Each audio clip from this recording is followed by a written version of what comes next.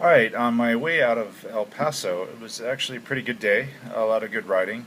The wind was at my back most of the day, and one thing Texas is doing right, at least, is nice wide shoulders that are very, very smooth and great to roll on. As I was making my way from El Paso, I stopped to take a little bit of video of some water that I thought was cool. And as I was standing there, another cyclist passed by who was also on tour. So I hopped back on my bike and caught up to him. We rode together for probably about 10 miles, exchanged stories. He was also having he had about 4 flats as well and fixed his wheel at the same bike shop I did in Silver City.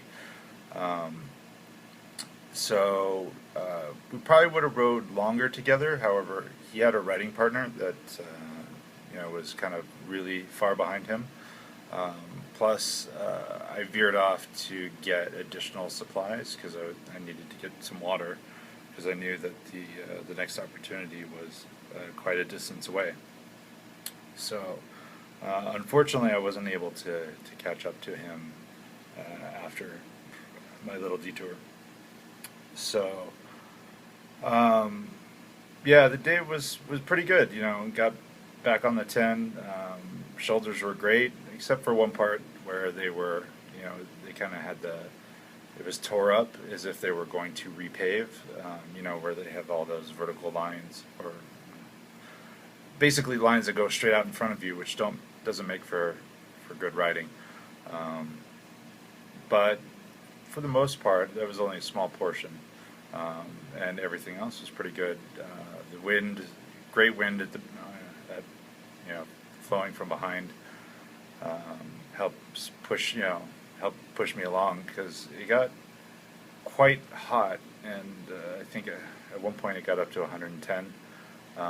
And I started off the day with no food, and actually, there was no place to stop to get food, like a meal. So the only thing I had, I stopped at a picnic spot um, off the 10 and had a bit of beef jerky, which I had with me. Um, but I did pretty much the whole 120 miles with nothing but liquids. Um, so I wouldn't recommend that. It was you kind of start running out of energy after a while.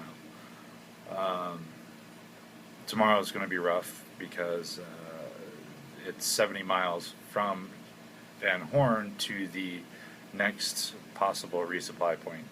I don't know if it still exists, but it's like a little general store off the 10 in Balmoria State Park or something like that.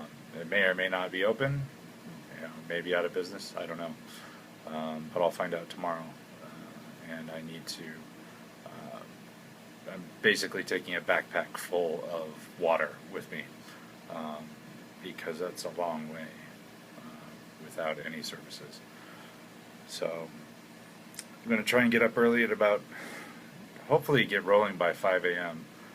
It's a little hard because I crossed time zones, so I lost an hour. But if I can get rolling by 5 a.m., I think that should any